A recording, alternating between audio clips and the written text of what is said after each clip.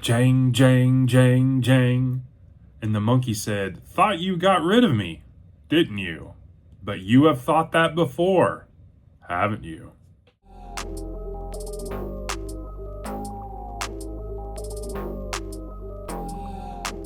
Welcome back to Kevin Toll Reads, where today we're doing Saturday Shorts.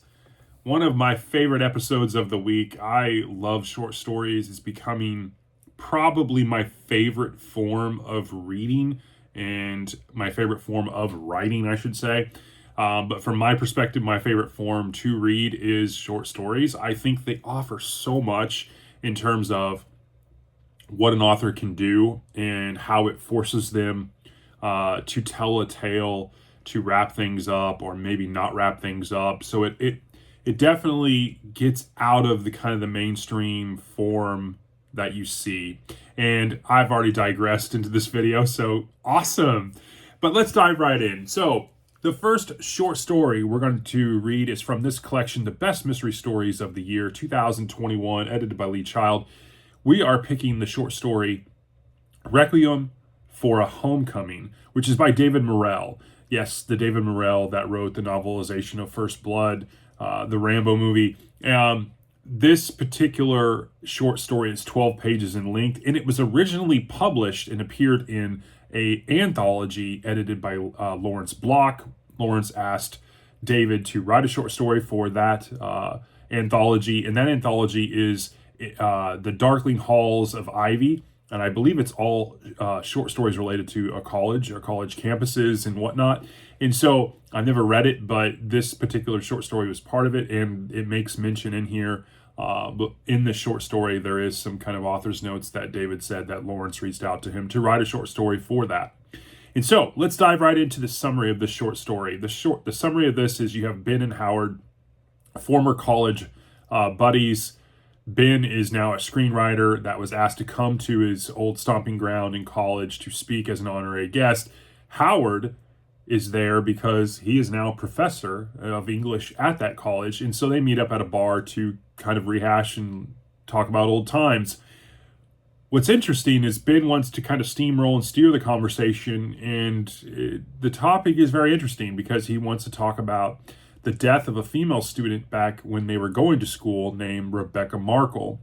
Lo and behold, both of them had what you would call maybe a relationship with this female student, but the hubbub back then was a TA by the name of Wayne McDonald was somehow involved in the mysterious murder of Markle, as well as McDonald's own life that was taken as well. Howard seems very shocked and kind of twisted about what Ben is driving at and why. And that's when the story kind of gets weird. And so, what makes this a really good short story? It's a slow burn. It has different micro kind of revelations that come to pass in it. The ending is very good. It's sort of not fully fleshed out, but in a good way, so to speak, where things are left a little for interpretation, which I'm not always a huge fan of, but I think Morrell does a really good job with this one. I really enjoyed the story within a story elements that are here. It's very soft-handedly done. I think Morrell's writing is very crisp. It's easy to consume. It's plotted well. There's a unique kind of structure to this, that kind of mystery story that reveals itself in a very unique way. It's 12 pages in length, so it's not a huge investment, obviously, but I really enjoyed it. There is one excerpt that stood out to me, and it was regarding Ben and Howard talking about it. I don't know if it was the second or third time they have kind of a discussion about this, and you could tell Howard's pretty put off by the whole topic, but Ben says, "I have talked this story to death." And I know that's a figure of speech, obviously, but coming from a screenwriter and based on the subject matter that they're discussing, I thought it was a very interesting choice of words for Morrell to put in there. In terms of rating, I gave this a 4 out of 5. I think it's a really solid story. I wish it was a tad longer. I wish maybe that there was a little more meat to the whole mystery that in why than that is here, but there's enough here to keep you interested and intrigued. Overall, it's a decent short story. Morrell's writing is definitely worth reading in and of itself. I think it's very, very well done.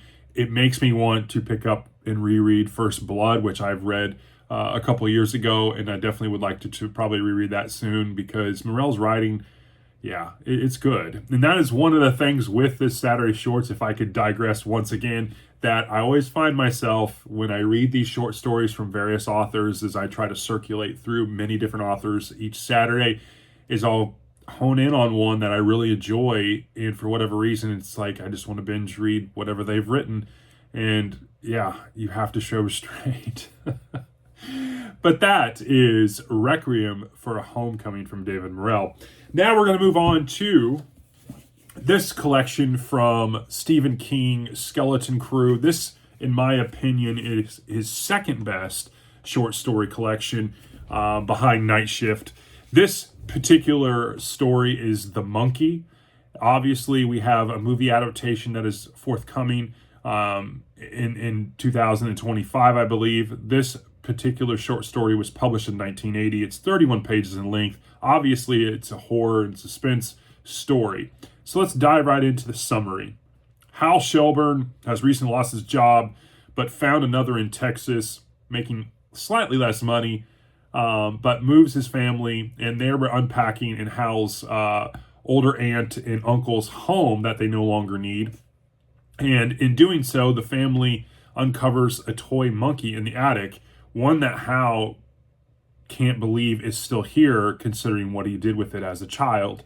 This immediately creates flashbacks, terrible memories, anxiety for Hal, and it also creates a lot of animosity that Hal starts displaying towards his family, Terry, his wife, his older son, Dennis. Not so much with Petey, the youngest, in the apple of his eye, but definitely the family dynamic is very troubled.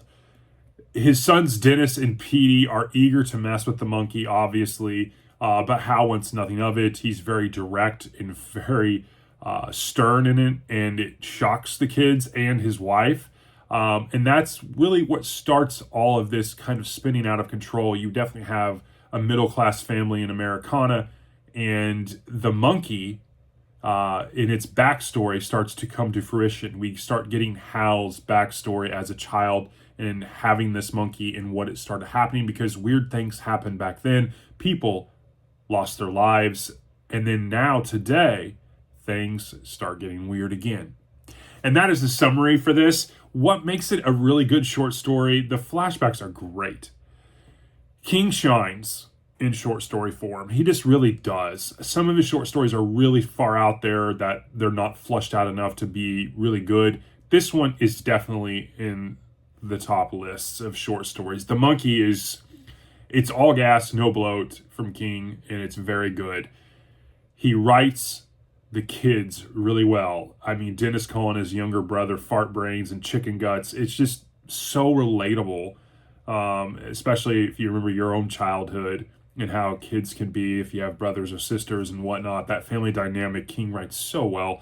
The marriage dynamics regarding the job loss, the monkey resurrecting itself into Hal's life and how that affects him and his relationship with his kids and his wife is very evident, and it's written very well. You're just sucked into the story because of some of those elements. And then, lo and behold, you have an ending and flashbacks and just dread that happens and what's going to happen. How is this family going to be further influenced by this reappearance of this toy monkey with its symbols and its weird looking eyes? It's just so well done. There is an excerpt that I wanted to read for you all, and I think it's fitting. I don't think it's really a spoiler, but I think it's fitting for the short story at all. Hal is waking up from, I believe, a nap, and he says this: "Pete, did you take that monkey out of the suitcase?" he asked, knowing the answer already. He had locked the suitcase and had put the key in his overcoat pocket. Petey glanced at the monkey, and something Hal thought it was unease passed over his face. "No," he said. "Mom put it there." "Mom did?" "Yeah, she took it from you." She laughed. "Took it from me? What are you talking about?" You had it in bed with you. I was brushing my teeth, but Dennis saw. He laughed too. He said, you look like a baby with a teddy bear. And that excerpt is pretty powerful because it shows the sinister nature of this monkey and its hold on Hal and his family, and Hal has to make a decision. And so it's very interesting. This short story is so good. In terms of rating, I give this a 4.5 out of 5. It is one of King's better short stories, as I mentioned. It's really well done. It has so much dread, so much buildup, but it's written in just a really interesting way. Overall, King delivers a knockout here in this particular tale. His characters, the atmosphere, the sense of dread, this simple premise of a toy monkey and what it brings to bear is just so well done. It's one of his better short stories. You should definitely check this out. Skeleton Crew, in and of itself, is a good collection. There's a lot of good here. Obviously, the Pinnacle story here, the pinnacle story really is The Mist, which is a novella in the beginning of this book. But in my opinion, The Monkey is just as good. Definitely The Mist is, I think, a tad better just because it's longer and there's a chance for King to flesh out more and build on different confrontations. But The Monkey stands on its own as one of King's best as well. And that, my friends, is my take on Saturday Shorts. 2 good ones this week. I hope you enjoyed this, and I will talk to you all on the next one. Thanks.